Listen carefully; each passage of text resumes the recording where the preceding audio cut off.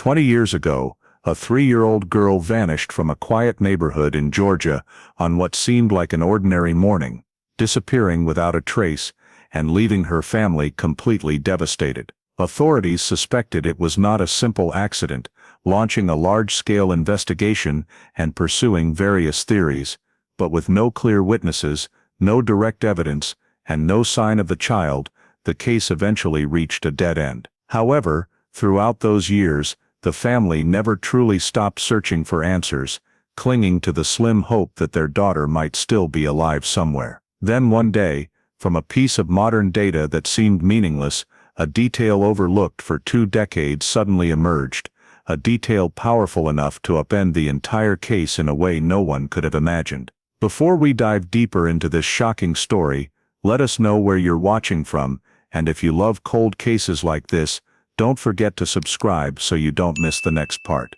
Georgia in 2005 still had the feel of a peaceful South, where rapidly developing suburban neighborhoods hadn't yet shed the old habits of trust and closeness, kids playing in front yards, doors rarely locked during the day, neighbors knowing each other by name rather than being on guard. The street where the Bennett family lived in Savannah perfectly reflected that spirit, with single-story homes, neatly trimmed lawns, and the familiar sounds of daily life echoing every morning. Daniel Bennett and Emily Bennett were a young middle-class couple with stable lives. Daniel worked full-time with regular hours, while Emily stayed home more to care for their little daughter. Family routines revolved around repetitive habits, simple breakfasts, housework, and times when Grace played in the yard or around the living room, under the adults' relaxed supervision, since the environment was considered absolutely safe. Grace Bennett was just 3 years old then, small build, light-colored hair, curious but not overly active, usually sticking close to her mother or the adults in the house. She had no history of wandering off on her own, or reacting strongly to strangers. The person directly supervising Grace that morning was Emily, with intermittent help from Daniel, while he was home. The bond between Grace and her mother was very close, built on familiarity and a sense of security from daily routines. That very familiarity contributed to the family's overall sense of complacency. The first unusual sign appeared subtly, and without the appearance of a clear threat. It could have been the brief presence of an unfamiliar person in the area, a strange movement at the edge of vision, or a slight deviation in routine small enough for the mind to automatically dismiss as harmless. The adult's initial reaction wasn't panic, but a fleeting doubt, quickly replaced by self-reassurance that it was just a momentary feeling. In a context where every day passed safely, this hesitation prevented early danger signals from coalescing into a real alert. In a short but imprecisely timed window, Grace slipped out of direct supervision, without unusual noise, without signs of struggle, without a dramatic moment to sear into a witness's memory. That very silence meant Grace's absence wasn't noticed immediately. When Emily realized her daughter was no longer in her usual spot, her first reflex wasn't fear but habitual searching, calling her name inside the house, checking rooms, the backyard, nearby areas. Daniel joined the search. Nearby neighbors were quickly asked, but no one had clear information or a firm memory of seeing Grace leave. Time passed with mounting tension.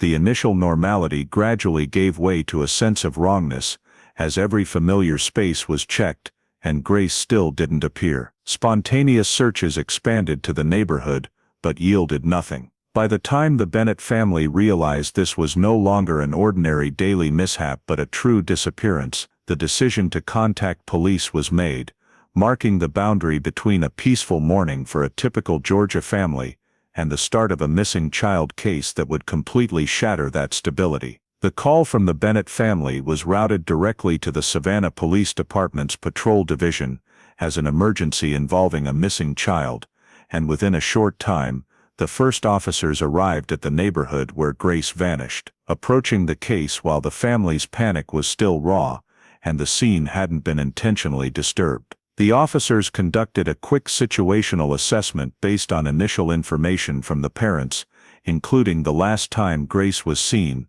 who was directly supervising her, the areas already searched by family and neighbors, and the lack of any clear signs that the child had left the area on her own in a normal state. The initial approach focused on securing the scene and gathering raw data before emotions could distort information. Police noted that the home showed no signs of disturbance, no forced doors, no unusual noises reported by neighbors, and that this was a low-traffic residential area with relatively enclosed spaces, making it unlikely from the start that a 3-year-old could leave unnoticed. The quick scene assessment revealed that key areas like inside the house, front yard, backyard, and nearby paths had been preliminarily checked by the family, but not yet searched to professional standards. So officers systematically redivided and rechecked those spaces while asking the family to limit further contact to avoid contaminating potential evidence. During initial information gathering, officers noted imprecise time gaps where supervision of Grace was intermittent and relied more on routine than constant observation, creating an open window in which any scenario could have occurred, from Grace stepping out briefly to possible external intervention. The initial investigation scope was deployed based on the neighborhood radius, adjacent roads, and spaces a child that age could reach in a short time. However, alongside geographic containment, police began assessing the viability of the lost child theory, drawing on experience that 3-year-olds rarely wander directionally from a familiar area without leaving traces or being seen, especially in daylight and an open community setting. This early assessment wasn't formalized as a conclusion, but served as an internal alert that the case might be more serious than typical missing child incidents. This caution led police to avoid limiting the investigation to the child wandering off, while keeping open the possibility of human involvement, even though no direct evidence supported it at that point. Officers recorded statements from family and neighbors as initial data while starting to identify anyone present or passing through the area during the disappearance window. This was done quickly but controlled to avoid widespread community panic without verified information. Concurrently, the shift commander decided to elevate the case priority, shifting from routine patrol response to a missing child investigation with potential criminal involvement. This allowed mobilization of additional resources, expanded information gathering, and formal case filing. Establishing the formal investigation marked a key shift in approach. Grace Bennett was no longer an unclear missing person but the center of a structured probe, with parallel professional steps to enable rapid search while preserving traceability of the cause. In this phase, police balanced reassuring the family with asking tough but necessary questions, focusing on precisely determining the sequence of events, information gaps, and anomalies possibly overlooked in normal daily life. As the case file was completed and initial investigative steps activated, Grace Bennett's disappearance officially entered a new phase where every assumption had to be verified, and every detail, no matter how small, could become a crucial piece in clarifying what happened in that brief but pivotal window. Immediately after the formal investigation was activated, the Savannah police shifted focus to processing the scene per protocol for a child disappearance potentially involving external factors, starting with a thorough search of the Bennett family's living spaces to determine if any overlooked accident or spontaneous movement scenario existed. The single-story home was examined area by area, from living room, bedrooms, kitchen to utility spaces like the laundry room and small backyard shed, with each noted as intact, no displaced furniture, no obvious hazards that could cause serious injury to a 3-year-old. The front and backyards, frequent play areas for Grace, were checked more closely: flat grass, no deep holes, no ongoing construction, surrounding fence normal with no signs of forced entry. Access points were marked and photographed for later comparison, but no skid marks, fall signs or evidence of an on-site accident were found. Alongside physical space examination, police inventoried and listed all of Grace's personal items, including clothes worn that morning, shoes, frequently used toys, and familiar objects, not just to note what remained, but more importantly, what was missing. In child wandering cases, signs often include taking a favorite toy or wearing mismatched shoes, Here Grace's familiar items remained in their usual spots,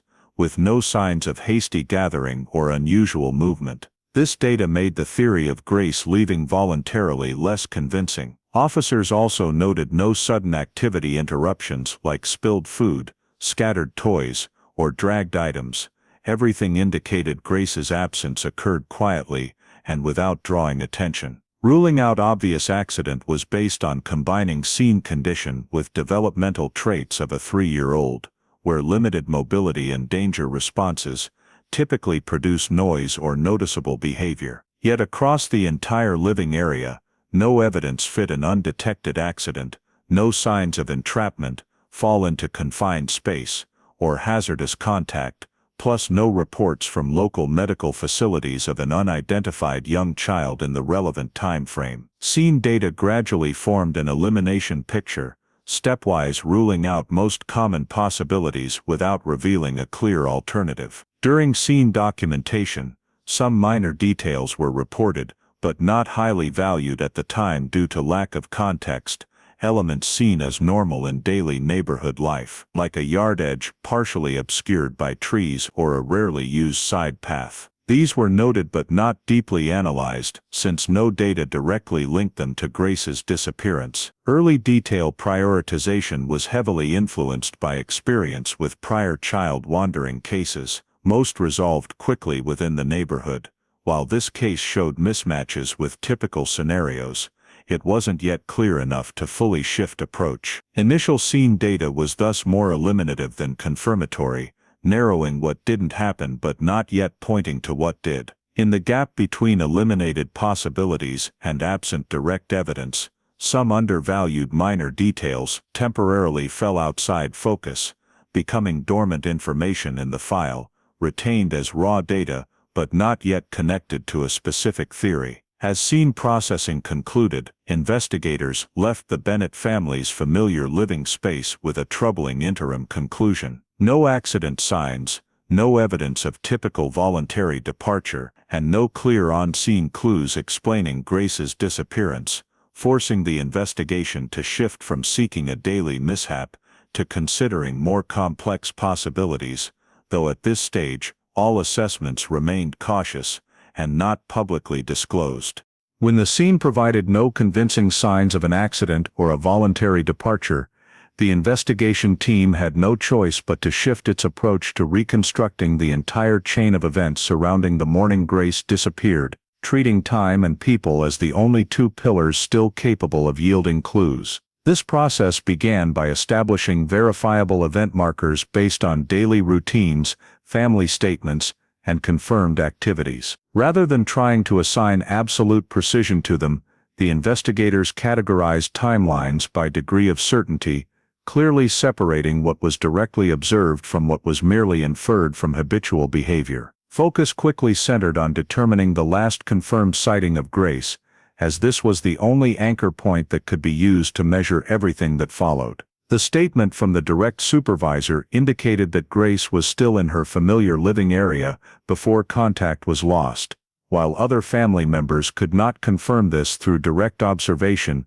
and relied only on the assumption that the child was still nearby as usual. This difference was carefully noted because it created a gap between perception and reality, resulting in a period of time that was not continuously supervised. A window in which any possibility could exist undetected. From the last confirmed family sighting, the scope of information gathering expanded to the surrounding area, involving door-to-door visits to neighboring households, passers-by on foot, drivers moving slowly through the residential area, and anyone who might have been present during the relevant time frame. The goal was not to find a perfect witness, but to collect enough fragmented memories to piece together an overall picture. However, much of what was obtained was vague.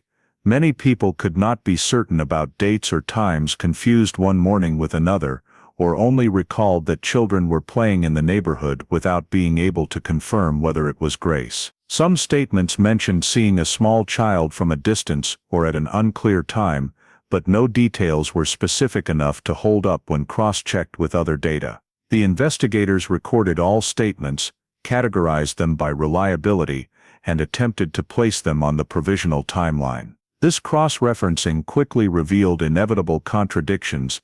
Some statements seemed to place Grace in different locations within the same time frame, while key periods were completely lacking confirmed witnesses, creating blank zones where no objective data existed to verify any scenario. Particularly noteworthy was a short but critical interval between the last confirmed sighting of Grace and the moment the family realized her unusual absence. This gap could not be filled by direct testimony or physical evidence, forcing every hypothesis to pass through it like an unavoidable blind spot. Efforts to narrow the gap focused on asking more detailed questions about positions, directions of movement, Grace's routine activities, and any small changes in the morning's rhythm that day, but the answers obtained mostly helped confirm what did not happen rather than clarify what actually did. Witnesses' memories were influenced by stress and repetitive daily routines, blurring the line between actual recollection and inference. This forced the investigators to accept that the timeline constructed at this stage was more of a framework than a seamless sequence of events, with confirmed markers standing isolated and connected by inference, rather than direct evidence. The simultaneous existence of contradictory statements and temporal gaps not only hindered pinpointing the exact moment Grace disappeared, but also complicated evaluating the behavior of any individual present in the area, as they could not be placed at a specific time with high confidence. In this context, every vague statement became a double-edged sword, capable of containing a crucial clue while also risking misdirection if overinterpreted. When the provisional timeline was complete, the investigators faced an unwelcome reality. They could determine what happened before and after Grace's disappearance, but the decisive moment in between remained out of reach, obscured by the limits of human memory and the absence of direct observation in an environment considered safe. And it was this gap that became the greatest weakness of the initial investigative picture, a space where every attempt at explanation had to revolve around what could not be seen and could not be conclusively confirmed. From a timeline lacking decisive data and a body of statements insufficient to recreate the moment Grace disappeared, the investigation had to move into a phase of hypothesis analysis to identify the most viable direction in the absence of direct evidence. This process did not follow a simple elimination sequence, but involved parallel evaluation of multiple scenarios based on seen data, the developmental characteristics of a 3-year-old child, and patterns documented in similar missing person cases. The first hypothesis considered was the possibility that Grace wandered off on her own from her familiar area, a scenario most common in cases of missing young children and often prioritized due to the absence of criminal elements. However, when compared to the collected data, this hypothesis revealed multiple weaknesses. Grace had no prior history of straying far from supervision. Her orientation skills were limited, the residential area was relatively enclosed, and no witness confirmed seeing a small child moving alone out of the area. Additionally, the absence of any missing personal items or signs that Grace had prepared to leave undermined the wandering scenario's factual basis. Concurrently, the accident hypothesis was analyzed, including the possibility that Grace suffered an incident in the home or nearby that went undetected in time. However, the entire living space had been examined and showed no hidden dangers consistent with a serious accident, leaving no trace, no hazardous areas, no confined spaces where a child could become trapped, and no reports from medical facilities about receiving an unidentified young child during the relevant period. The lack of both physical evidence and medical consequences made the accident hypothesis increasingly unlikely, especially given the absence of signs of panic or disruption at the scene. When the two most common hypotheses failed to explain the overall picture, the abduction hypothesis began to be taken more seriously, even though it is a sensitive direction typically prioritized only with clear indicators. In Grace's case, the combination of an unsupervised time gap, the absolute silence of the scene, and the lack of witnesses confirming self-movement created a pattern consistent with external intervention. This hypothesis did not require a publicly violent act, only a brief moment of access in an environment where vigilance was low, and children were often allowed limited free movement. What elevated the abduction hypothesis was not the emergence of a specific suspect, but its ability to better explain what was not found: no accident traces, no items left in an unusual way, no reliable witnesses, and no evidence that Grace left the area under her own power. Investigators also noted that in opportunistic abductions, perpetrators often exploit the normality of the environment to approach the victim without drawing attention, then quickly leave before the absence is noticed, a pattern that fit the critical time gap identified in the timeline. Prioritizing the abduction hypothesis did not mean completely dismissing other possibilities, but rather adjusting investigative strategy to focus resources on directions likely to generate new leads. From there, corresponding investigative paths were established, including screening individuals who had appeared in the area but were not part of the known community, analyzing routes that could be used to exit the residential area quickly, and re-examining initial statements from the perspective of intentional intervention. At the same time, investigators remained open to errors in initial assessment, as the lack of direct evidence required maintaining flexibility to avoid confirmation bias, where an early favored hypothesis could obscure incompatible clues. The formation and prioritization of the abduction hypothesis was therefore not a conclusive step but a strategic turning point, marking the shift from searching for a routine oversight to considering the possibility of sophisticated criminal conduct in an ostensibly safe environment. And from this turning point, the entire investigation began to take on the character of a more complex case, where every small detail in the initial data could carry different meaning when viewed in the context of deliberate action. Building on the adjusted hypothesis that accounted for possible intentional intervention, the search operation was upgraded from localized containment measures to a large-scale campaign involving coordination among multiple units. The goal was not only to locate Grace, but also to test the hypothesis that the child may have been removed from the area in a short window before the absence was noticed. Search forces mobilized included local police, rescue teams, community volunteers, and specialized support units, with tasks clearly divided to maximize coverage of the geographic space surrounding the residential area. Areas were prioritized based on a 3-year-old's access capabilities, as well as an adult's potential for rapid departure. Ground searches were launched simultaneously in multiple directions, focusing on public spaces, abandoned structures, vacant lots, small trails, and areas that could conceal activity briefly. Meanwhile, K-9 units were deployed to track scent trails in hopes of identifying Grace's initial direction of movement, or any route leading out of the residential area. The dog teams conducted systematic sweeps starting from Grace's familiar activity points, gradually expanding the radius to areas a child or adult could reach within the critical timeframe established in the timeline. Concurrent with ground operations,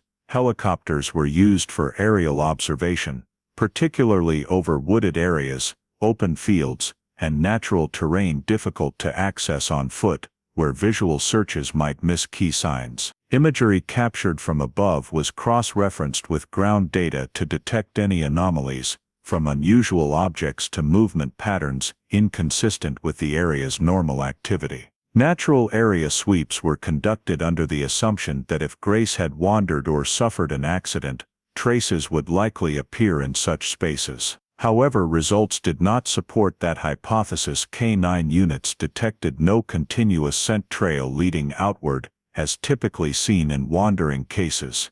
Instead, scent signals were interrupted or too weak to establish a clear direction. This data could be interpreted in multiple ways, but in the overall investigative context, it further weakened the likelihood that Grace left the area on foot. Sweeps of potential travel routes also extended to roads bordering the residential area, parking lots, nearby gas stations, and points where a vehicle could stop briefly without drawing attention. These routes were evaluated for quick access and low visibility to determine whether a plausible path existed for removing a child within the established time frame. Although no direct evidence such as footage or confirmed witnesses emerged, these sweeps were still conducted to rule out the most obvious possibilities and gather baseline data for subsequent analyses. Throughout the expanded search, public tips increased significantly, including reports of sightings of children resembling Grace in various locations. However, most of these could not be verified or did not align with the case's timeframe and geography. Investigators continually balanced pursuing every potential lead against avoiding resource dilution by unreliable information. As search activities continued without concrete results, a concerning data picture gradually emerged. No signs that Grace remained within the search perimeter, no evidence of an accident, and no continuous scent trail to a specific natural area. These negative findings, when viewed together, began to carry their own significance, because in investigations, not finding something where it should be found is itself a form of data. Investigators reached a professional conclusion that if Grace were still in the area, the likelihood of leaving traces during such a large-scale search was very high. The failure to detect any signs after multiple systematic sweeps significantly undermined the hypothesis that Grace remained near the original scene. This conclusion was not reached hastily,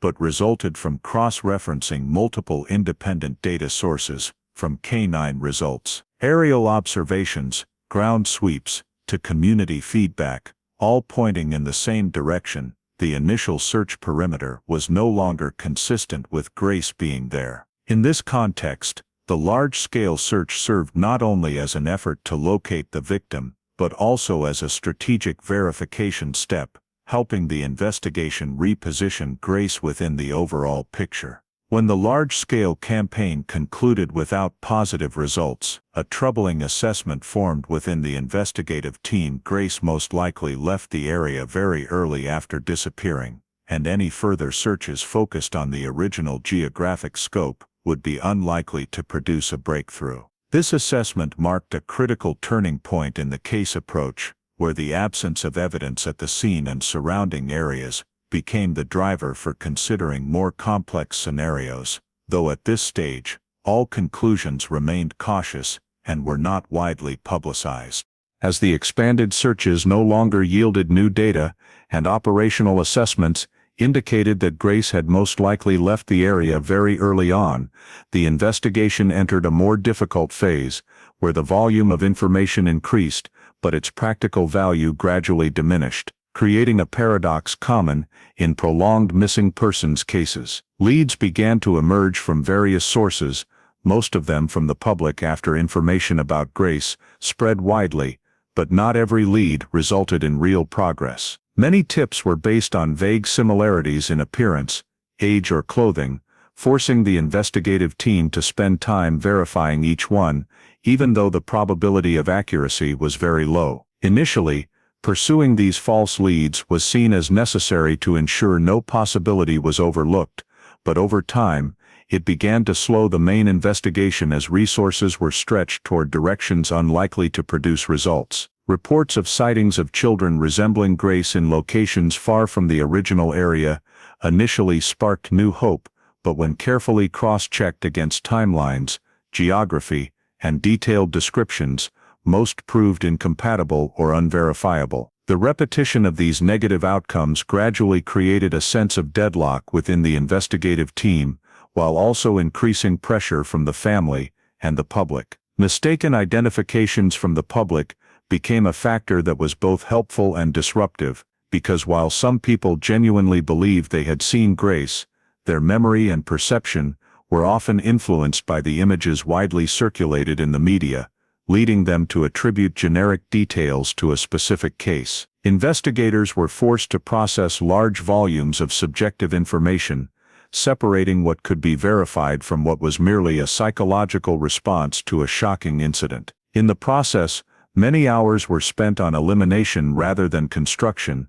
and each time a lead was proven unrelated, confidence in the possibility of soon finding Grace was eroded a little more. The dispersion of investigative resources was evident, not only in the number of leads to check, but also in the need to maintain multiple parallel approaches simultaneously when none stood out clearly. One part of the team continued to screen new public reports, another tried to reanalyze old data in hopes of finding overlooked details, while physical search operations had reached their practical limits. Maintaining multiple lines of inquiry at once in a context of limited resources meant none could be pursued deeply enough to create a clear breakthrough. This is one of the greatest challenges in cases lacking direct evidence, where decisions on resource allocation become a high-stakes balancing act with long-term consequences. In this process, some decisions were made based on quick assessments of priority, leading to certain details from the early stages being ranked lower and not followed through to the end. At the time, those details were not prominent enough to compete with the pressure of handling the constant influx of new leads, especially since they were not tied to a specific suspect or a clear scenario. Dismissing such details early was not the result of negligence, but a consequence of having to make decisions under conditions of incomplete information and time pressure. However, the possibility that an important clue existed among those undervalued details could not be entirely ruled out. Looking back at the entire investigative process in this phase, it can be seen that the deadlock did not stem from a lack of effort, but from the available data being insufficient to shape a clear direction. Every hypothesis had weaknesses, every lead required further verification, but led to no specific conclusion, and every prioritization decision meant temporarily setting aside other possibilities. The overlap between hope and disappointment, between the drive to expand and the need to focus, caused the investigation to fall into a prolonged state of tension, where progress was measured by gradually eliminating possibilities rather than discovering something new. In that context, an important detail dismissed early could lie dormant in the file as a minor note not connected to other data, not because it was irrelevant, but because at the time, there was not enough context to recognize its value. The existence of such details is unavoidable in complex investigations, but as time passed and new leads became increasingly less valuable, those early elimination decisions began to weigh as a potential burden, contributing to the feeling that the investigation was heading into a dead end, where every path seemed to lead back to the starting point. And it was in this state of deadlock that the Grace Bennett case gradually lost its initial momentum, not due to lack of interest, but because the investigative system had exhausted nearly everything that could be exploited within the framework of the available data and tools at that time, leaving behind a thick set of files that were nonetheless insufficient to clearly point the way forward. In the context of a prolonged investigation that produced no additional verifiable leads, unit leadership was compelled to conduct a comprehensive review to determine the actual status of the case. All data collected from the scene, witness statements, search operations, and pursued leads were systematized again to assess the degree of progress. The results showed that most investigative directions had reached their exploitation limits under the available resources and tools. What could be ruled out had been ruled out, but what needed confirmation still lacked direct evidence. This review process examined not only individual leads, but also the overall picture of the case, including the passage of time,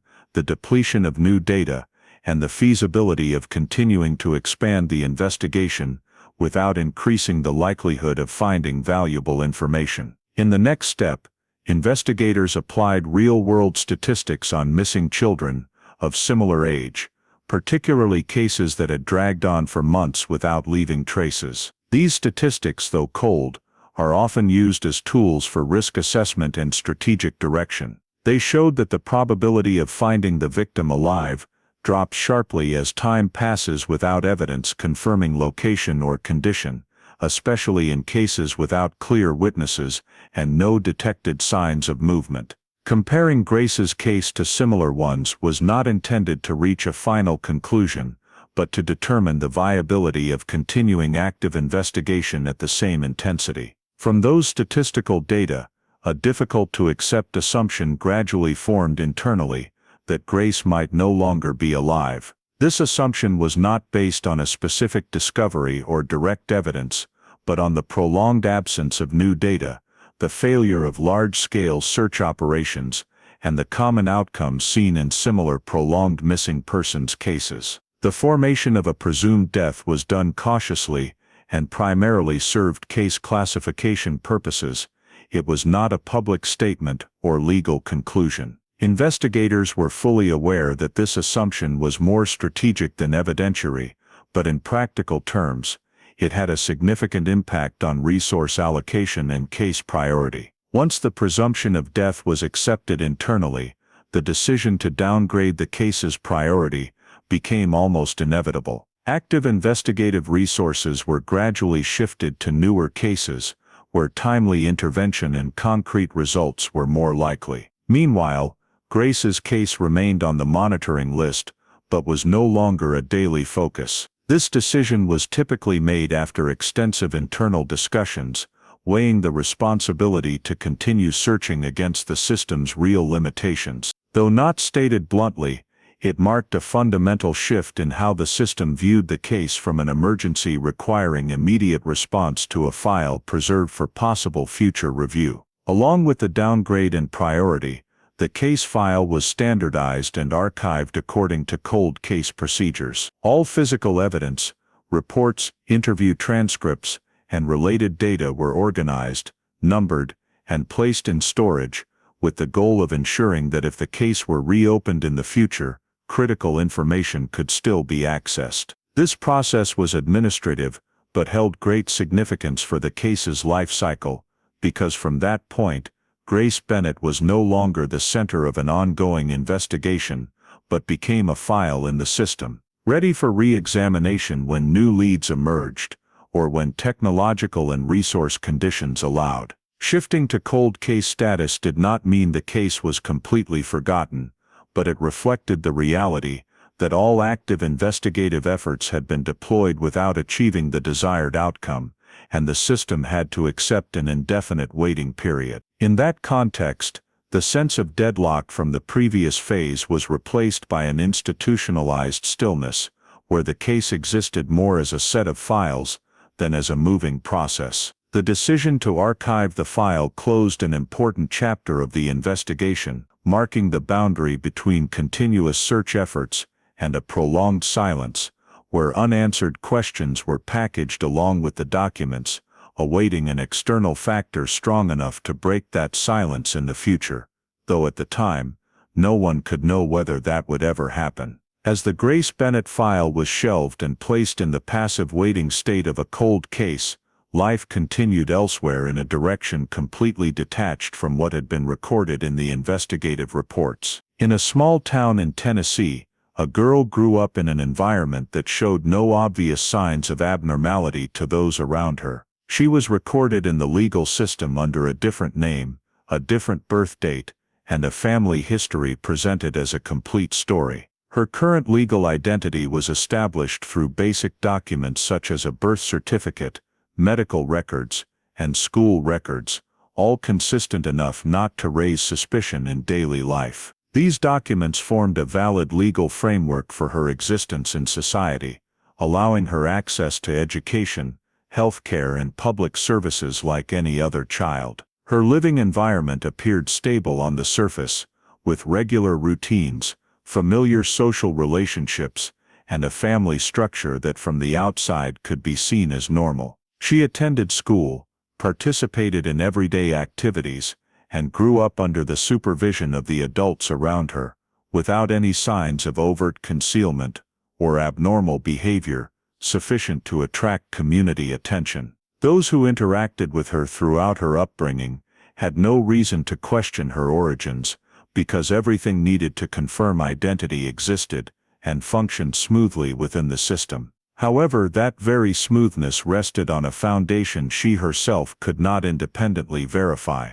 because her personal memories included no images or sensations from the earliest period of life before a certain age. The early years that most people retain only as vague fragments were completely absent from her awareness. For her, life seemed to begin from a point already shaped, with stories told to her substituting for personal memories. This did not create obvious conflict during her upbringing, because failing to remember early childhood is not uncommon, and the absence of those memories was easily explained as a normal feature of human memory. Her daily environment reinforced that sense of stability, as every question about the past had a ready answer fitting the context, and no situation forced her to cross-check her story against external data. Life in Tennessee thus ran parallel but completely separate from what had happened in Georgia. There was no direct thread connecting her to the cold case file lying dormant in storage. From the system's perspective, she was a legal individual with a clear history. From her own perspective, the past was constructed from what had been told rather than what was remembered, and the lack of memories from early life did not create any specific sense of loss, because there was no emotional reference point to recognize the deficit. The surrounding environment reinforced a reality where her current identity was sufficient, where social relationships, personal responsibilities, and sense of belonging were built on the years spent in Tennessee rather than on biological origins or prior history. This complete separation between her current legal identity and the missing person file from the past allowed the two lives to exist side by side without intersecting for many years. There were no surface indicators for the system to automatically link her to a case classified as cold, and there was no internal motivation for her to question a past for which she had no direct memories to doubt. In that context, a different identity not only existed but developed, growing alongside new experiences, new relationships, and a life story accepted as the sole truth, while the original identity of Grace Bennett remained dormant in the archived documents, unactivated by any factor from the individual living under the other name. This parallelism created an absolute distance between the two realities, where a case considered dead-ended, and a life continuing normally, were unaware of the profound connection between them. And within that distance, time passed long enough to turn a missing child into an adult with a completely different identity, history, and social position, without requiring any active intervention or concealment on her part, because everything necessary to sustain that existence had been established very early and operated smoothly throughout her upbringing. The stable existence of the current identity in Tennessee is based on a paper trail sufficient to function in everyday life. But when those data points are examined more closely as independent pieces of information rather than a complete narrative, certain anomalies begin to emerge in a very subtle way. Her birth record is not entirely absent, but also not complete by normal standards. The birth certificate exists, but lacks the usual supporting documents, such as hospital birth records, doctor information, or the medical facility where the birth took place is recorded only superficially, missing the detailed milestones that are very common in the early 21st century, especially in states with relatively strict health management systems. This deficiency is not enough to raise immediate suspicion in routine administrative procedures, as the system typically prioritizes validity over absolute completeness, but when viewed in the overall context, it creates an information gap that is not easily explained. Her medical records from early childhood also show discontinuities, routine checkups, vaccinations, and basic health care only begin appearing from a certain point onward, with virtually no traceable data before that, not in the form of partially lost records, but a wholesale absence of the entire newborn period. This differs from cases of lost records due to relocation or changes in health providers, where there is usually at least one initial milestone to connect the data chain, whereas here, the chain appears to start later than the recorded biological age. Personal data inconsistencies also appear scattered across different systems, not large enough to be detected by a single process, but noticeable when cross-referenced. Dates in some documents do not fully match in format or verification source. The place of birth changes subtly between records, and details about guardians in early life are described differently depending on the context of use. These discrepancies are not direct contradictions, but more like puzzle pieces that do not quite fit together, enough to create a picture that looks reasonable from a distance, but lacks internal coherence when examined closely. In daily life, these anomalies cause no specific obstacles, as the administrative system is not designed to trace back deeply into each individual's origins, unless there is a clear reason, and the person living under this identity has neither the motivation nor the ability to personally review and cross-check all that data. Questions about the past therefore exist only in latent form, not triggered by a specific event, or a contradiction large enough to force confrontation. The absence of personal memories from early life further makes these data gaps more acceptable, as there is no internal experience contradicting the recounted story. Everything seems to fit together well enough not to be questioned. However, from a data perspective, the fact that multiple independent systems all lack information for the same time period is rare, especially since the early years of life are typically the most densely documented in terms of health and legal records. This absence is not just an issue of one isolated record, but reflects a systemic gap, where there is no trace to trace back to the starting point of the current identity. Unanswered questions thus exist alongside normal life, not manifesting as conflict, but also unable to be resolved with available data, as no document clearly indicates a discrepancy, nor is there evidence confirming an alternative story. This situation creates a gray area where the current identity is both legal and lacking a full historical foundation, a state not uncommon in large administrative systems, but rarely noticed without a strong enough reason to dig deeper. And it is in that gray area that small inconsistencies exist as silent signs, not enough to disrupt the ongoing life, but enough to suggest the possibility that the story of her origins has parts that were never recorded or were overlooked from the beginning. In a context with no personal memories to verify, and no external pressure to re-examine the data, these questions continue to lie dormant, unnamed, unpurposed, existing as blind spots in what appears to be a complete record, waiting only for some other factor to emerge that makes them impossible to ignore as before. The unexplained data gaps in personal records do not exist in isolation, but are enveloped by a current family structure stable enough to discourage digging into the past.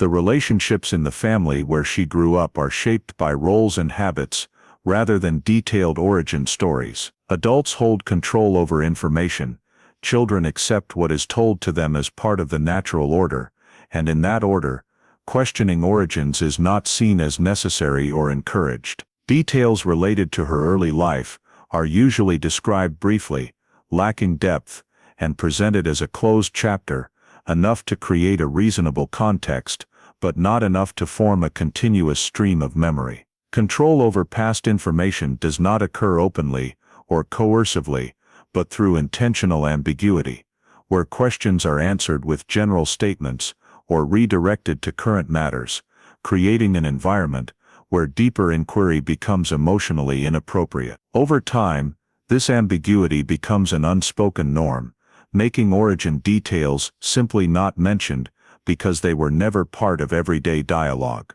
Avoidance of origin inquiries thus requires no harsh reactions, but manifests through silence, topic changes, or emphasis that the past matters less than the present. For a growing child, these signals are strong enough to shape how information is approached. When questions are not encouraged, they gradually cease to be asked, and the lack of personal memories from early years reinforces that tendency, as there is no internal experience driving further curiosity. Daily life continues with specific relationships, responsibilities and goals, where the current identity serves as a stable foundation for building the future. But beneath that stability, a sense of identity misalignment exists at a hard-to-define level, not clear doubt, but a feeling of not fully matching the recounted stories. This feeling may surface in private moments, when comparing oneself to others, when noticing the absence of multi-generational shared family memories, or when others' childhood stories lack points of connection. However, the feeling is usually pushed aside by the pace of real life, as current relationships provide enough bonding without needing a deeper historical foundation. In the family environment,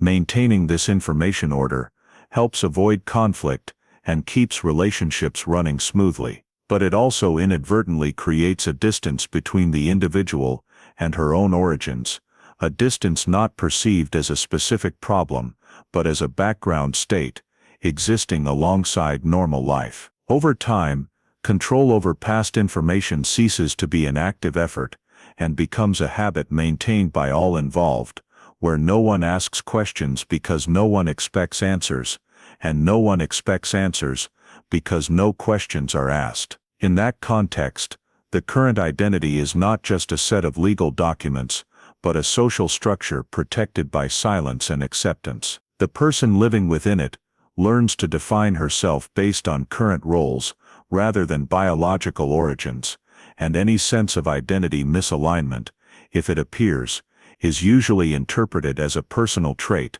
rather than a sign of something deeper. Life in a borrowed identity thus does not resemble ongoing pretense, but more like a reality, constructed early and fully enough to become the only known truth, where the past is blurred, not by aggressive concealment, but by not allowing it to become part of the lived story. And it is this normalization of the state that keeps potential questions about origins, though latent, from having enough force to break the established structure, allowing life to continue as if nothing is missing, even as those gaps silently persist beneath the surface of what seems a complete identity. The outwardly stable state of the current identity exists alongside data gaps, spanning many years, and those very gaps become the starting point for a turning point that is more technological than emotional. When a DNA sample is collected in a context not directly tied to the original missing person case,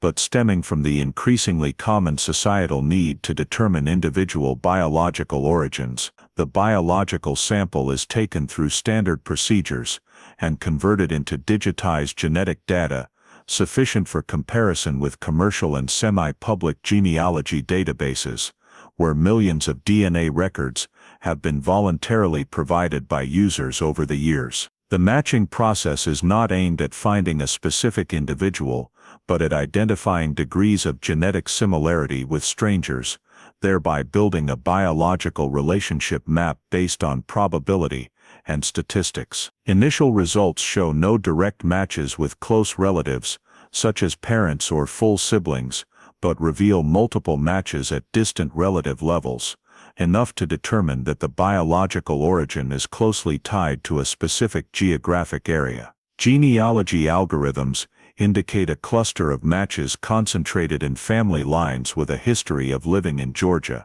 particularly the coastal region where Savannah is located. This concentration is not a conclusion, but a statistical trend, yet in the context of an identity with many historical gaps, it carries significant meaning, as it narrows the search space from nationwide to a specific geographic area. The distant relative matches are categorized by genetic closeness, excluding overly distant or scattered connections to focus on branches likely sharing common ancestors within recent generations. From this data, building a family tree begins as a process of tracing backward in time, connecting individual match points into family branches that may intersect at shared ancestors. This work requires combining genetic data analysis with research into public records, such as births, marriages, migrations, and deaths to identify reasonable intersection points between lines. The family tree gradually forms not as a complete diagram,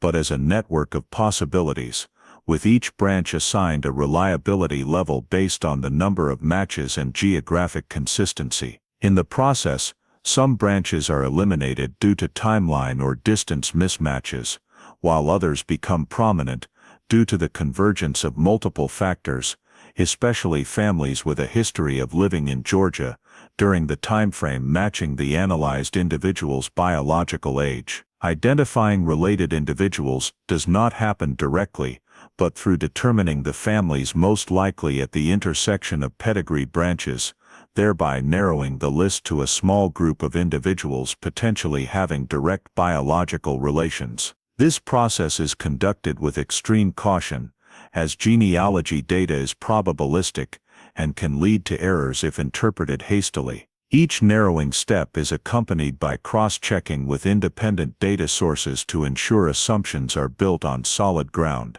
The emergence of Georgia as a genetic convergence point has meaning not only geographically, but also creates potential overlap with archived records of unsolved missing persons cases in the area, though at this stage, analyses remain at the data level and are not officially linked to any specific case. The importance of the DNA turning point lies not in immediately determining an identity, but in breaking a long-standing impasse by providing an entirely new axis of analysis, one not dependent on witness memories, not limited by emotional biases, and not affected by past prioritization decisions. Genetic data exists as an objective entity, allowing connections between people who have never met through unchangeable biological traces, and that capability makes it particularly suited for approaching cases where time has eroded all traditional clues. In the picture gradually forming,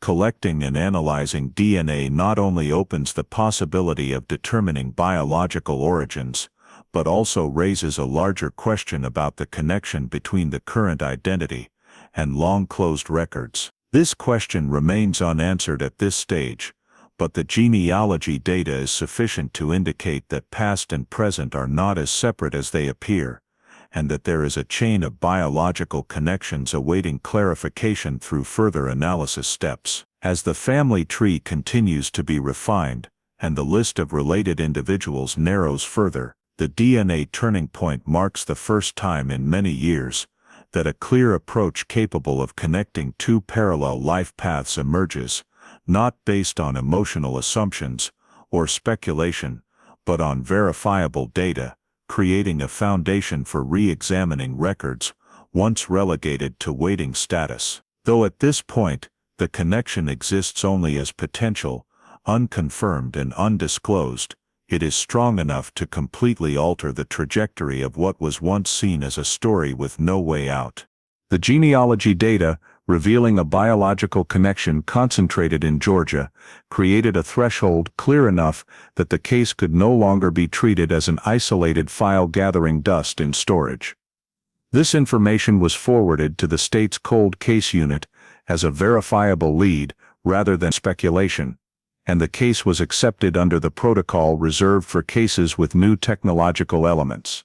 The entire Grace Bennett file was pulled from passive storage and placed under active review. The specialized investigators began by comparing the data collected in 2005 with current information, not to hunt for a specific mistake, but to assess how well the original conclusions aligned with what modern data was now suggesting. This comparison process highlighted the gap between investigative capabilities at the time of the incident and the analytical tools available 2 decades later. Details once deemed insufficiently significant were re-examined in a new context, particularly those related to the critical time gap, the original geographic scope, and vague statements that had been dismissed because they could not be verified. The review of past investigative shortcomings was not conducted to assign blame, but to identify points where the system could not go further due to technological and resource limitations. The investigators re-examined the decision to downgrade priority, the allocation of resources during the stalled phase, and the assumptions formed based on statistics rather than direct evidence. In the course of this, certain details that had been downplayed because they did not fit the runaway or accident hypothesis began to take on new meaning when placed alongside the DNA data, indicating that Grace had not disappeared from the world but merely left the original investigative radius. The cross-referencing of 2005 and 2025 data was not simply a comparison of 2 sets of files, but a bridging of 2 different investigative mindsets.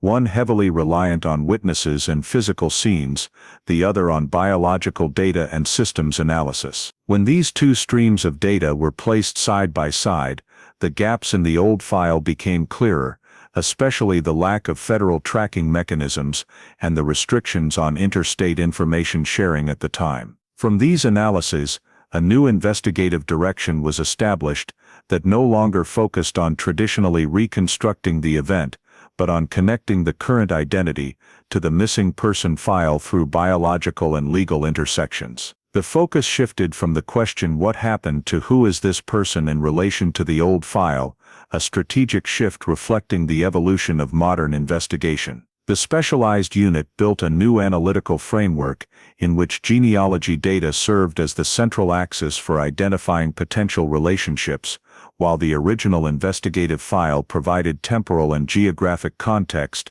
to test the plausibility of new hypotheses. This combination allowed for systematic narrowing of scope, rather than the expansion seen in the early phase. Each genealogical branch was cross-checked against the list of unresolved missing children cases in Georgia, and the Grace Bennett file quickly emerged as a match in terms of age, timing, and area, though at this stage, the connection remained hypothetical. Establishing the new investigative direction also brought a change in how the file was approached.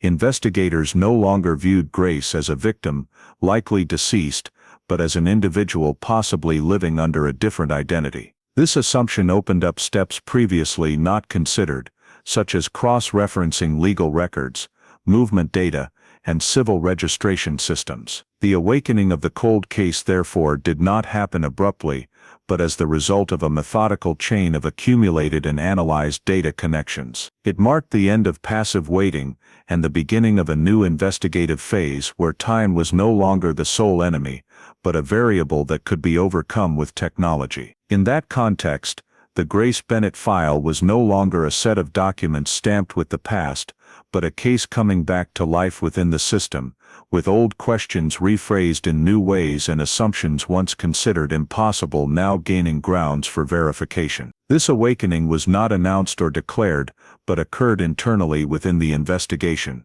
yet it was powerful enough to completely change how the case was perceived, from a closed story to a process being restructured, with the goal of clarifying the connection between a child who vanished 2 decades ago and an individual existing in the present, opening a path that had previously been unthinkable. The new investigative direction based on genealogy data produced a very narrow list of individuals potentially directly linked to the Grace Bennett file, and from that list, contact with the person of interest was made cautiously to avoid unnecessary disruption while ensuring the legality of the entire process. The investigators approached not in an accusatory or criminal investigative capacity, but as a verification of identity within the framework of an old case being re-examined. This approach allowed initial contact without triggering defensive reactions or contaminating collected data. The person of interest was informed that certain biological matches needed clarification and that cooperation was entirely voluntary at this stage. In that context, obtaining a confirmatory DNA sample was proposed as a necessary technical step to rule out or strengthen the assumption of a biological connection. The sample was collected according to proper forensic protocol, ensuring chain of custody and data integrity, so the results would hold legal value if required. The DNA analysis focused on direct comparison with the established genealogical data, as well as with reference samples related to the Grace Bennett file preserved from earlier. The results showed a match far exceeding the probability threshold for distant relatives, indicating a direct biological relationship rather than merely an indirect link. Parallel to the biological analysis, investigators conducted a full review of the person of interest's legal documents, including birth certificate, medical records, school records, and documents related to guardians in early life. This process aimed to determine whether the legal data could stand independently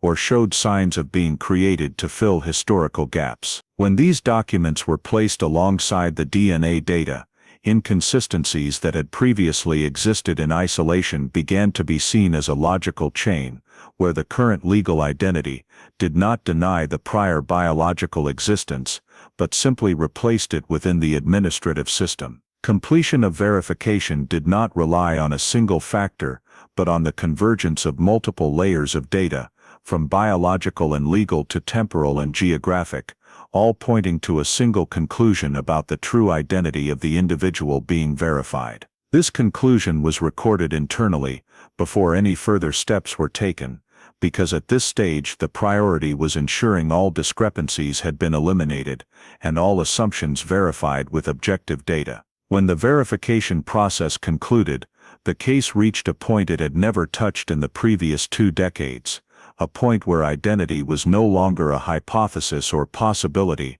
but a fact confirmable by science and records. This completion was not an ending but a transitional threshold, where an individual was identified not only by their current name but by the entire biological history, tied to a once closed missing person file. And it was at that threshold that the investigation moved into a new state, where the focus was no longer on searching whether Grace Bennett existed, but on handling the consequences arising from confirming that she had existed all along under a different identity. While every subsequent step required careful preparation both legally and humanely, to ensure the newly verified truth would not cause unnecessary harm to those involved. The completion of identity verification provided a solid enough foundation for investigators to enter the investigation conclusion phase, with a level of certainty unprecedented in the entire lifespan of the case. The DNA analysis results showed an absolute match between the individual currently living in Tennessee and the biological profile related to Grace Bennett, completely ruling out error or random coincidence. The genetic data confirmed a direct relationship with the Bennett family according to scientific standards widely accepted in modern forensics. The results were independently verified through multiple rounds of analysis to ensure no technical errors existed, and only when the entire confirmation process met standards was the conclusion officially recorded in the investigative file. From that moment, Grace Bennett was no longer considered a missing victim of unknown fate, but confirmed to be alive, having existed continuously for 2 decades under a different legal identity. This confirmation was a turning point not only for the case, but for how the system viewed the entire chain of events, since 2005, as it forced a reinterpretation of the gaps, assumptions and decisions made in the past, under the light of a completely different truth. The case status was updated from cold case to resolved regarding the victim's identity, though many aspects remained unclear, particularly those related to the initial actions that led to Grace leaving the family. This update was performed simultaneously in internal management systems, the Federal Missing Children Database, and other related records to ensure the new information was consistently reflected and to prevent future misclassification of the case. The status update was not merely technical but also symbolically significant for the investigators who had worked on the case, as it marked the end of a years-long assumption that Grace might no longer be alive and replaced it with a scientifically confirmed truth. Parallel to the internal update, preparations for releasing the results were carried out cautiously, because the investigators were fully aware that confirming Grace Bennett was alive was not just investigative information, but an event with profound impact on the family, community, and the individual whose identity had just been determined. Every preparatory step had to consider the psychological, legal, and social consequences of the disclosure, including how the information would be communicated, the timing of release, and the scope of public access to the data. Relevant agencies coordinated to develop a controlled release plan to ensure the truth was presented accurately, but without causing unnecessary harm to those involved, especially the individual confirmed to be Grace Bennett, who had lived most of her life under a different identity, and had no memories of her early years. Internally, preparation for release also involved a full review of the file to ensure no details contradicted the new conclusion, because any discrepancy discovered after release could undermine confidence in the investigative outcome. Reports were revised to reflect the status change. Old assumptions were noted as historical context rather than conclusions, and DNA data was incorporated as the foundation for all identity-related confirmations. This process clearly illustrated the difference between a case resolved by traditional methods and one resolved through modern technology, where biological data played a pivotal role in connecting pieces that seemed unrelated. Confirming that Grace Bennett was alive did not erase the years of loss for the family or the limitations of the initial investigation, but it redefined the case outcome in a way few could have predicted when the file was placed in cold case status. The investigation conclusion therefore had two sides, one affirming the success of applying DNA and genealogy to long-standing cases, the other imposing greater responsibility in handling subsequent steps humanely and carefully, when the truth was not just on paper, but tied to the lives of specific people. At this stage, release of the results was not carried out immediately, but treated as the final step of a process requiring thorough preparation, because the investigators understood that once the information was made public, it could not be retracted, and its effects would spread far beyond the scope of an investigative file. Concluding that Grace Bennett was alive therefore not only closed a long chapter of uncertainty, but also opened a new reality, where the case was considered resolved regarding identity, but still carried consequences and questions that needed to be addressed responsibly in the steps to come. The confirmation that Grace Bennett was alive placed the investigative team in one of the most sensitive phases of the entire case, because from this point onward, the focus no longer lay on data or records, but shifted entirely to people and the psychological consequences that had lasted 2 decades. The Bennett family was not simply the relatives of a victim, they were people who had built their lives on a painful assumption that had persisted for years. Therefore, every action related to notifying them had to be carefully prepared to avoid creating an uncontrollable shock. Before approaching the family, the investigators worked closely with psychologists, social workers, and legal advisors to assess the current mental state of each member, examining how each person had coped with the loss, who had held on to hope, who had accepted the assumption of death, and who was at risk of a strong negative reaction if the information arrived suddenly. From this, they developed a step-by-step approach plan, rather than a single disclosure. The first step focused on re-establishing contact with the family in the form of a case update,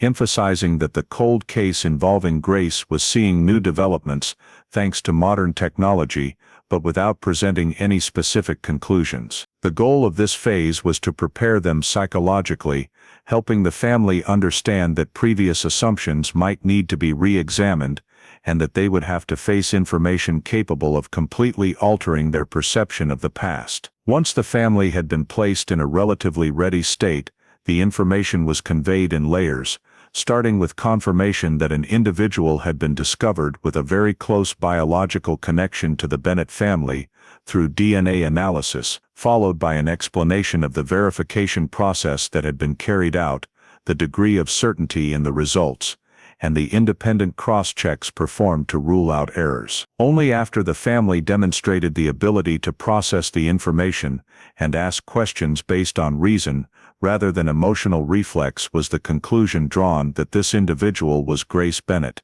still alive. This method of disclosure did not reduce the shocking nature of the information, but it helped prevent the family from falling into a state of absolute overwhelm. The reactions of the Bennett family members unfolded in various directions and did not follow a clear emotional sequence. Some immediately clung to the DNA results as a solid anchor, displaying joy mixed with confusion, because the long-held belief that Grace was gone had to be dismantled and replaced with a new reality. Others responded with prolonged silence, not due to a lack of emotion, but because their minds needed time to adjust, to reorganize all the memories, grief and hopes that had been buried. Meanwhile, there were also reactions marked by clear internal conflict, when the joy of their child being alive collided directly with anger over the 20 irretrievable years. The investigators served as intermediaries, not only providing information, but continually emphasizing that every reaction was valid in this context, and that there was no right way to receive such a truth. Throughout the notification process, details about Grace's current circumstances were kept to a minimum, not due to a lack of transparency, but to prioritize protecting both sides from being swept into unprepared imaginings. The family was clearly explained that Grace had lived under a different identity for most of her life, with no memories of her early years and a separate reality that needed to be respected. This helped lay the foundation for more realistic expectations, avoiding the family's unconscious hope for an intact return, as if time had not passed. Once the core information had been fully conveyed, the next phase focused on structuring the subsequent steps, including discussing the family's wishes regarding contact with Grace, the appropriate level of approach, and the legal factors that needed to be considered before any action. The family was informed that any reunion, if it occurred, would have to follow professional psychological recommendations and proceed at a pace that Grace could accept, not according to the immediate emotional needs of any party. The investigators and experts explained that the newly confirmed truth did not erase the 20 years of personality formation, relationships, and sense of belonging for Grace, so the approach needed to be built as a long-term healing process rather than a single event. In subsequent discussions, the Bennett family began asking more existential questions than investigative ones, related to what role they would play in Grace's life if reconnection was possible, whether they had the right to expect the same attachment as before, and how to face the reality that the person they had searched for over 2 decades was no longer the 3-year-old child in their memories. The investigators did not attempt to answer on their behalf, but provided a frame of reference, encouraging the family to approach the truth with patience and mutual respect, while connecting them to long-term support resources to handle the complex psychological aftermath. The notification process therefore did not end at the moment the truth was spoken, but continued as a series of interactions continually adjusted based on the family's responses, with the ultimate goal not only of providing accurate information, but also of minimizing the risk of creating new trauma from the very truth that had just been confirmed. When this phase concluded, the Bennett family was no longer in a passive state awaiting an uncertain fate, but neither had they entered the reunion stage. They stood at an emotionally charged midpoint, where hope was rekindled alongside a clear awareness that the path ahead would be complex and require more than just an investigative conclusion, and it was precisely this method of notification, psychological preparation, and initial structuring of steps that laid the foundation for the entire subsequent process,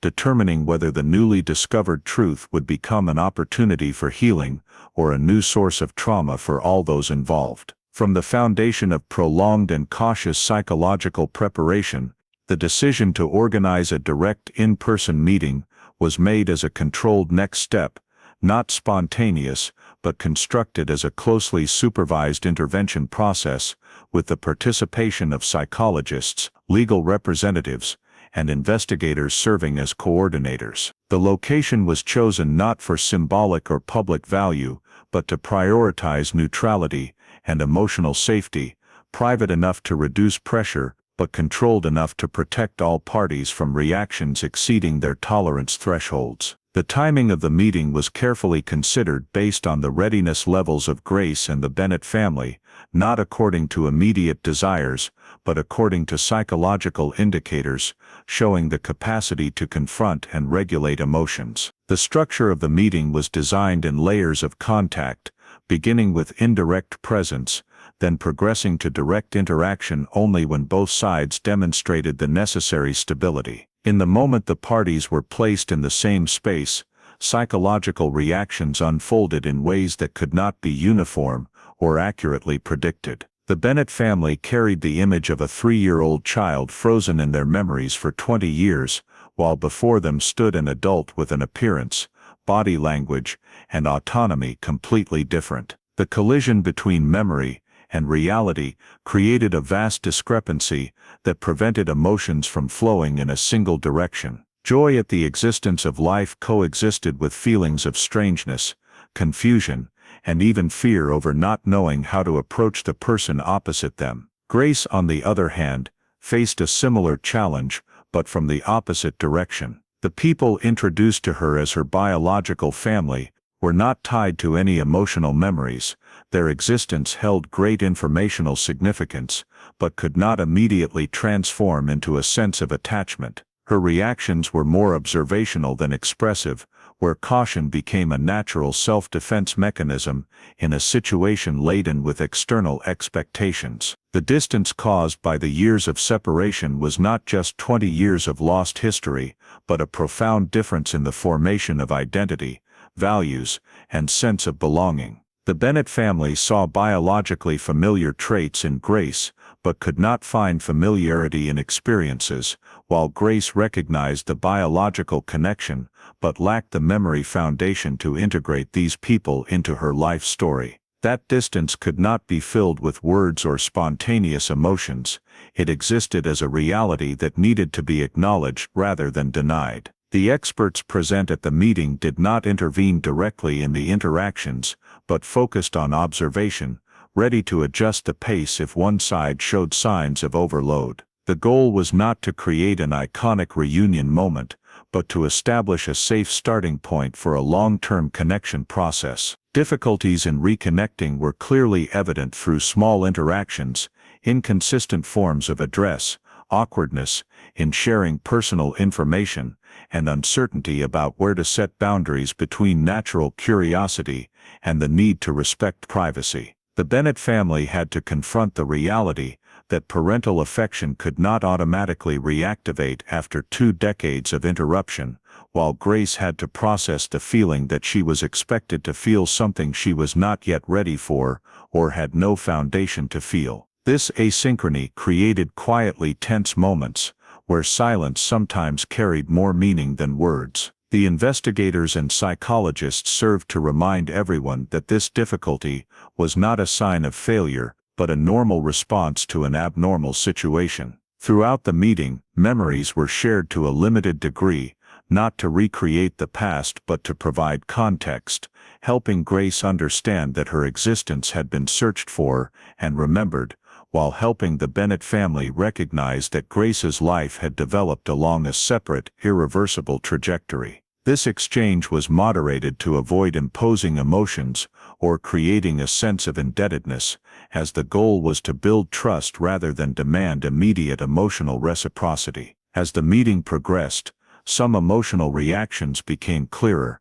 There were touching moments upon recognizing survival, but also moments of withdrawal, when awareness of the undeniable distance became too evident. The ending of the meeting was purposeful, not prolonged to avoid emotional exhaustion, and closed with agreement that this was only a first step, not a conclusion. The reunion was therefore not defined as a return, but as an encounter between 2 realities that had developed independently, where the presence of supervision and structure helped minimize risks, but could not entirely eliminate the inherent complexity. As the parties left the meeting space, there was no sense of completeness or closure.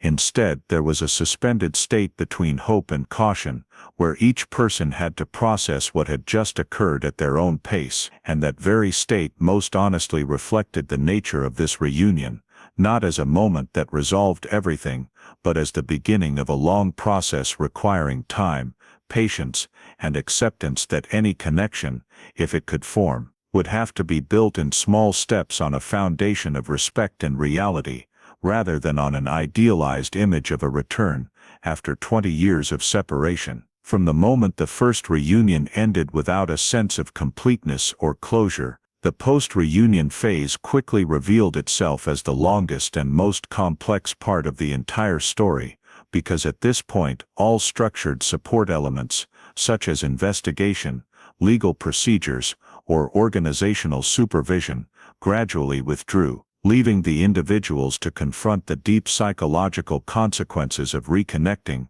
after 20 years of interruption on their own. Psychological therapy for Grace became the central pillar of this phase, not with the aim of recovering lost memories, but to help her process the identity shock arising from discovering that her life story did not fully align with her biological reality. The therapy sessions focused on helping her restructure her self-perception, allowing 2 truths to coexist without negating each other: the life she had lived and the newly confirmed biological origins. This process was particularly difficult because Grace had no emotional memories to anchor the new information, making the truth about her birth family feel like a heavy block of data rather than a personal experience. Therapy therefore aimed at creating emotional language for vague feelings, such as loss of control, anger without a clear target, and the sense of being pulled into a social role she had not actively chosen. In parallel, the Bennett family also had to face separate psychological support needs, because the truth that Grace was alive did not bring the relief they had imagined during 2 decades of searching. Instead, it introduced a different form of loss, the loss of years that could not be shared, of parental roles never fulfilled, and of the idealized image of an intact return. Counseling sessions helped the family recognize that feelings of sadness, anger, and even jealousy toward Grace's other life were not signs of selfishness, but natural responses to prolonged trauma, thereby reducing guilt when those emotions arose. Adjusting family relationships unfolded as a process of renegotiating roles rather than resuming old ones. There was no existing template for the relationship between an adult and a biological family, with no memory of attachment, so every interaction had to be redefined from scratch. The Bennett family had to learn to be present in Grace's life without imposing titles, responsibilities, or traditional expectations, while Grace had to determine the level of contact she could accept without feeling invaded. Experts provided support to help both sides establish flexible boundaries,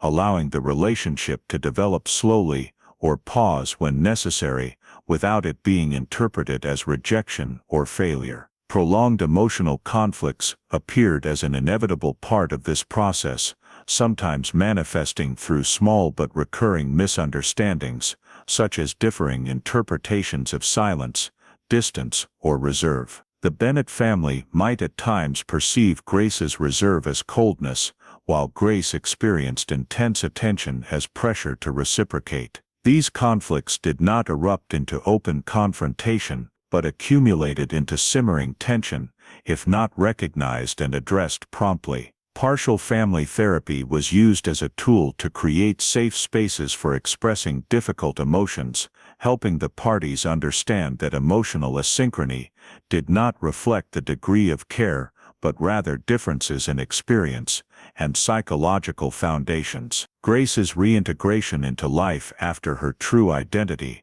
was confirmed also posed challenges beyond the family scope. She had to learn to live with becoming part of a public story she did not fully control. Even with measures to protect identity and privacy, the feeling of being viewed through the lens of the found victim still seeped into her social environment, affecting how she was approached and expected to behave. Experts supported Grace in building communication strategies, helping her decide when to share, when to decline, and how to maintain a sense of agency in relationships. Reintegration therefore did not mean returning to an old state, but learning to integrate new information into an already formed life. The Bennett family also had to reintegrate in their own way, learning to exist in a state of uncertain hope, where they knew their child was alive, but could not be certain about her presence in their future lives. This required them to release some desire for control to preserve the possibility of building a relationship based on voluntariness rather than obligation. Throughout the post-reunion phase, emotional progress did not follow a straight line. There were periods that seemed to achieve stability, only for a small detail, an inadvertent question, or an external event to disrupt that fragile balance. Experts emphasized that setbacks did not negate prior progress, but were part of a long-term adaptation process. Maintaining therapy and support was recommended as a long-term strategy, rather than a short-term solution, because both Grace and the Bennett family were learning to live with an unchangeable truth that could be interpreted and integrated in many different ways. The post-reunion phase therefore carried no conclusive nature, but was an open journey, where success was not measured by the degree of closeness achieved, but by the ability of the parties to maintain emotional safety, respect boundaries, and accept that any relationship, if it could develop, would take a form different from familiar templates, and it was precisely in that acceptance that the possibility of true healing could gradually emerge, not as compensation for the lost past, but as a way to continue living with the newly found truth without letting it destroy what remained.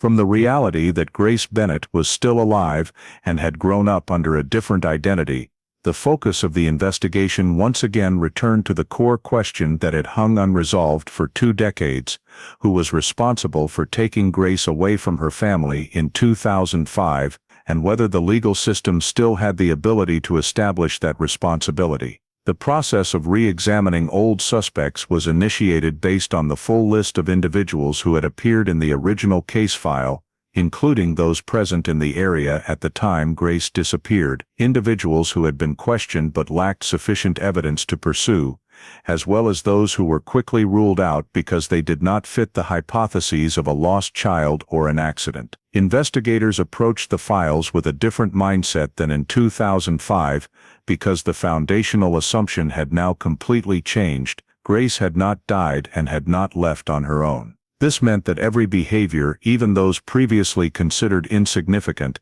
needed to be re-evaluated from the perspective of a deliberate and prepared act. This review included cross-referencing old statements with current data, checking consistency over time, and determining whether any individual from the original list fit the scenario of removing a child from the area without drawing attention. In the process, many old suspects could no longer be fully pursued.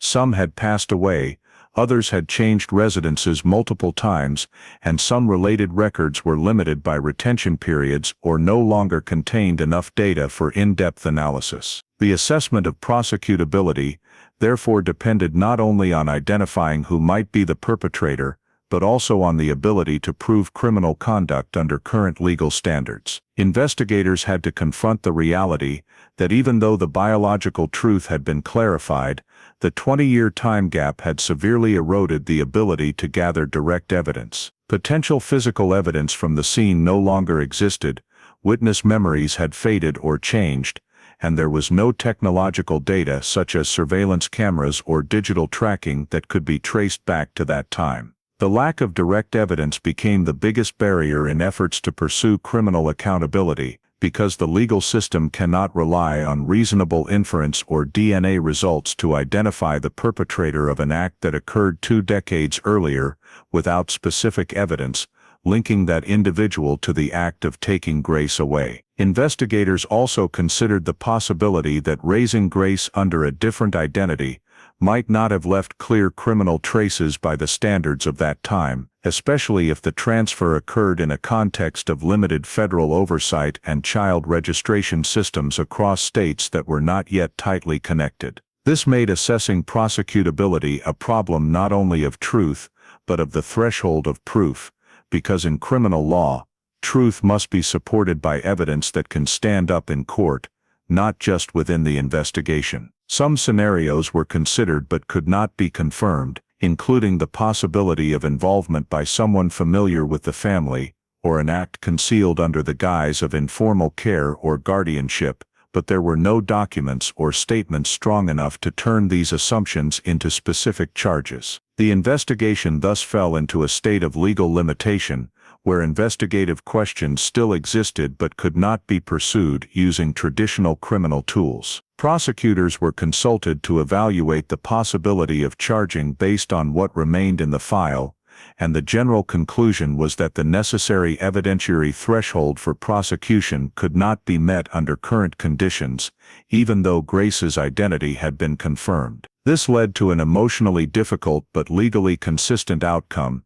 The investigation could not achieve criminal accountability for any specific individual. This was not seen as a failure of modern investigation, but as a consequence of limitations that existed from the moment the case occurred, when the system lacked the tools to track and protect children across states, and when initial investigative decisions, though reasonable in context at the time, inadvertently left gaps that could not be filled later. Within the investigation, the conclusion of no legal outcome was recorded as an official part of the file, accompanied by a detailed analysis of the factors making prosecution infeasible, to ensure transparency and provide lessons for similar cases in the future. For the Bennett family and Grace herself, this conclusion carried complex meaning, because although the truth of her survival had been confirmed, the question of individual responsibility still lacked a legal answer, creating a moral void where no one was held legally accountable for the lost years. The perpetrator investigation thus closed not with an indictment,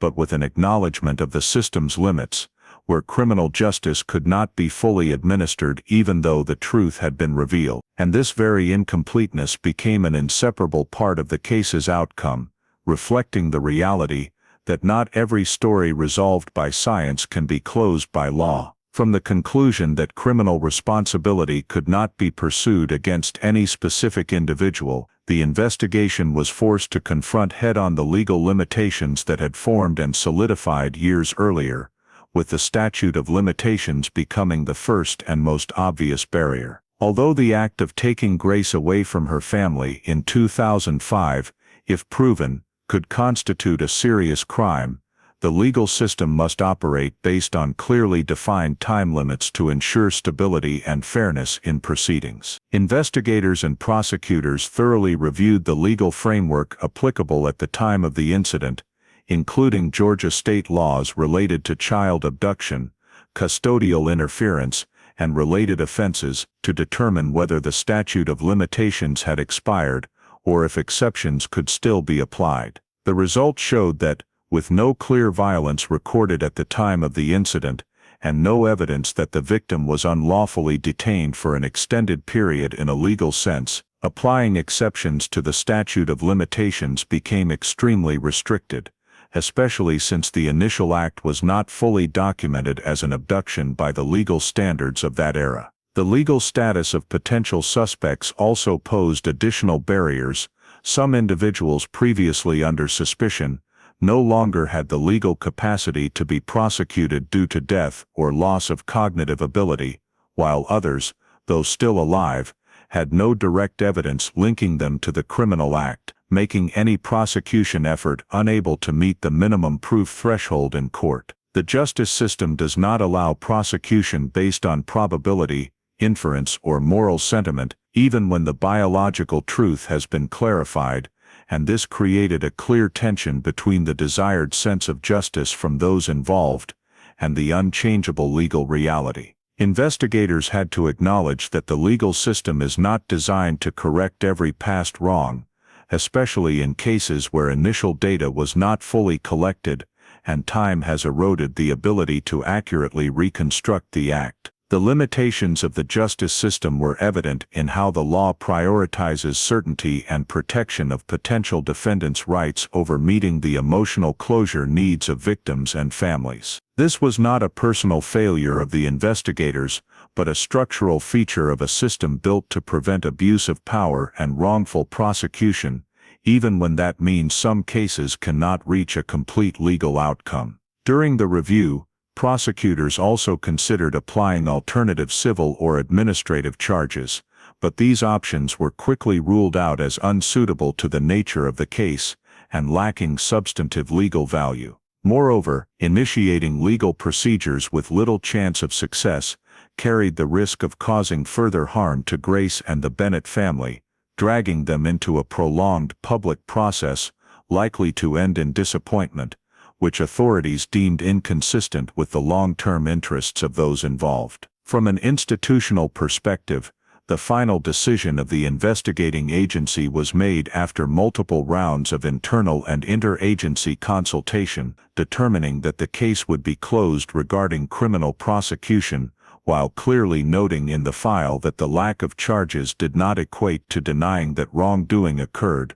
but rather reflected legal limitations that could not be overcome under current conditions. This decision was issued with a detailed analysis of the factors leading to the conclusion, to ensure transparency and create precedent for similar cases in the future. Within the investigation, this was a heavy decision, as it closed off the possibility of using legal tools to establish individual responsibility, but it was also seen as the least harmful choice in a context where other options were infeasible. For the Bennett family, the decision brought a sense of incompleteness, because although they had found their child again, they still lacked a legal answer to who was responsible for the lost years, and the system could not provide the closure they had once hoped for. For Grace, these legal limitations were both a protection and a loss, protecting her from being drawn into an uncertain legal confrontation, but also leaving a moral void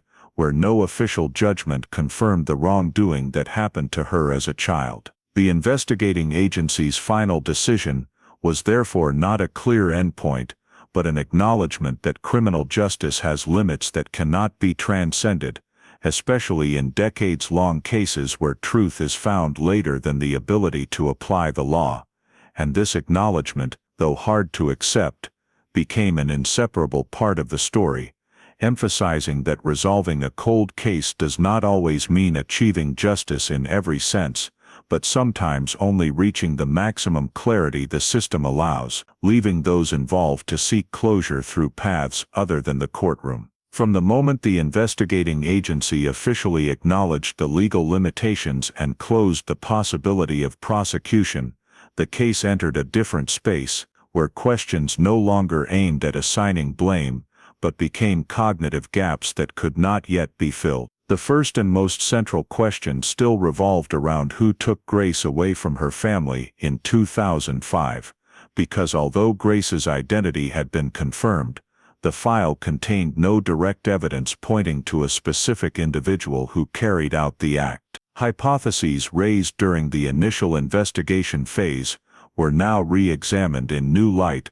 but still could not cross the boundary of speculation. The fact that Grace disappeared without leaving traces of violence or major disturbance at the scene suggested a high likelihood that the act did not occur as a confrontational abduction, raising the possibility that the person who took Grace was someone who did not create a sense of threat in that context, or at least did not cause the supervisor to immediately perceive danger. However, the file lacked sufficient data to determine whether this person had a direct relationship with the Bennett family, or was simply an individual exploiting lax oversight in an environment considered safe. The true motive behind the act also remained an unanswered question, because the fact that Grace was raised and grew up under a different identity showed no signs of financial exploitation, human trafficking, or prolonged coercive detention as typically seen in serious criminal abductions.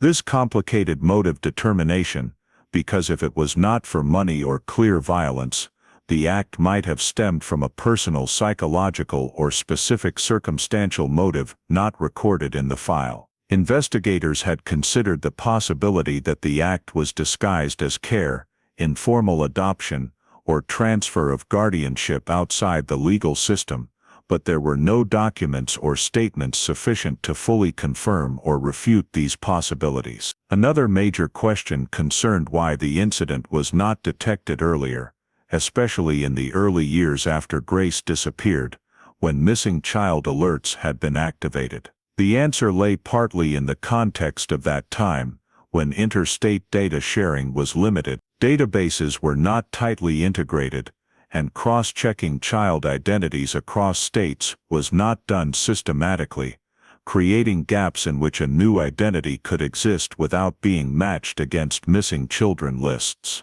But this question was not only technical, it also raised issues of human factors, whether there were signs that appeared but were not recognized or not deemed serious enough to report, and if so, why they were not linked to an existing missing person case. The file provided no definitive answers to these issues, only showing that the combination of systemic limitations and individual decisions at various points contributed to prolonging the undetected state. The possibility of accomplices was another question that could not be ignored, because maintaining a new identity for a child over a long period typically requires more than a single individual. Although there was no evidence confirming a second person's involvement, the file showed periods when Grace's existence under the different identity was supported by administrative, medical and educational procedures, raising the possibility that others participated indirectly, perhaps without full awareness of the child's true origin, or without questioning because they believed everything was legitimate. However, the lack of evidence meant the accomplice possibility remained at the level of assumption, unable to establish responsibility or even confirm the existence of an intentional support network. These unanswered questions existed not only within the scope of the investigation, but also directly affected how those involved sought closure. For the Bennett family, not knowing who took Grace and why created an emotional void that was hard to face, because they had no specific target on which to place responsibility or direct anger. For Grace, these questions carried different meaning. They related to understanding how she was removed from her original life and why, but also risked further disrupting the identity she had formed. For this reason, not every question was pursued to the end at the personal level, because seeking answers sometimes brought more pain than clarity. In that context, the investigating agencies recorded the unanswered questions as an official part of the file, not as failure but as an honest reflection of what could and could not be achieved. The absence of final answers to these issues emphasized that although science had helped confirm identity and resolve a critical part of the case, aspects of human behavior and social context still could not be fully reconstructed after 2 decades. The unanswered questions were therefore not just a list of unknowns, but a reminder of the limits of investigation, where truth can be approached but not always perfected, and in this case, those gaps became the final part of the story, existing alongside the confirmed truth, forcing those involved to accept that finding Grace alive did not mean every question could be answered, and that sometimes closure does not come from complete explanation, but from the ability to move forward with things that cannot be known. From the unanswered questions that remained after legal limitations were established, the Grace Bennett case reached its conclusion,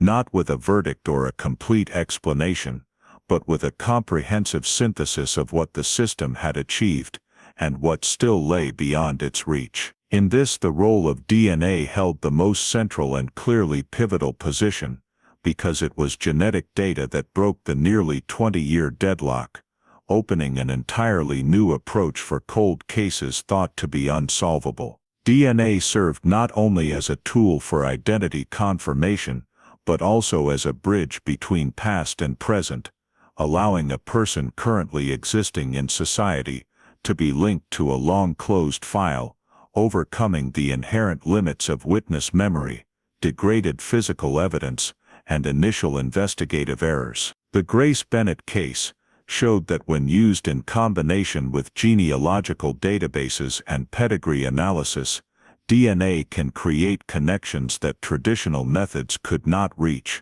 while affirming that time, though it fades many traces, cannot completely erase biological information. However, the case also provided an important lesson that technology, no matter how powerful, cannot by itself create criminal justice without a suitable legal system and fully preserved initial data. From the perspective of missing child investigation, the Grace Bennett file clearly exposed systemic weaknesses of the early 21st century, when interstate information sharing was limited, databases were not integrated, and child identity tracking relied heavily on manual reporting, creating gaps in which a new identity could exist for years without being matched to missing children lists. The lessons drawn were not only about improving technology, but also about standardizing initial investigative procedures, ensuring that all data, even if not immediately valuable at the time of collection, is fully preserved for potential future case reopening. The case also highlighted the importance of maintaining an open assumption in investigations, because prematurely forming a death hypothesis, though statistically reasonable, can inadvertently narrow other avenues, especially in cases lacking direct evidence of death. The long-term impact on the Bennett family cannot be measured by a reunion moment or a resolution statement, because the truth that Grace was alive did not erase 20 years of loss, but only changed its form. The family had to face a new kind of loss, where they regained their child but could not recover the time, memories, or roles missed. This process required prolonged psychological adjustment, where hope and grief existed side by side. For Grace, being confirmed biologically did not mean returning but rather receiving a new story about herself, forcing her to integrate this information into a life already formed without memories as anchors. This impact emphasized that resolving a case does not mean ending its consequences, but often only the starting point for more complex healing processes. At the societal level, the Grace Bennett case carried meaning beyond one family or one state. It became evidence of the potential of modern forensic science in bringing answers to forgotten files, while also serving as a clear reminder of the justice system's limits when facing incidents that occurred in outdated legal and technological contexts. Society was presented with a question no less important than resolving the case: how to balance pursuing truth with protecting people from secondary trauma caused by the truth-seeking process itself. This case showed that not every outcome can be closed with criminal justice, but clarity about identity and fate still holds profound value for victims, families, and communities. Ultimately, Grace Bennett's story emphasized a core message of modern cold cases.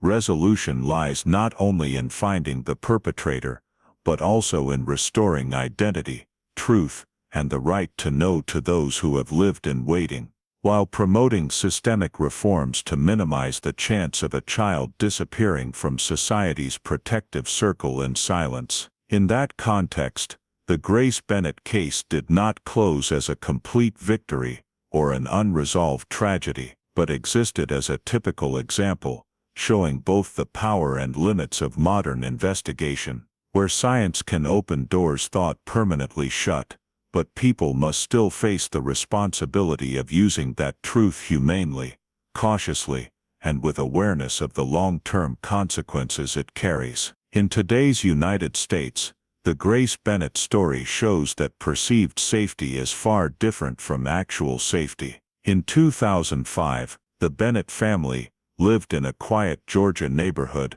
where doors were rarely locked during the day, and everyone knew each other. That very atmosphere caused the first unusual signal to be downplayed, and then just a short period of Grace being out of supervision was enough to create a gap that witness memory could not fill. The practical lesson is, with young children, design safety as a system rather than relying on trust.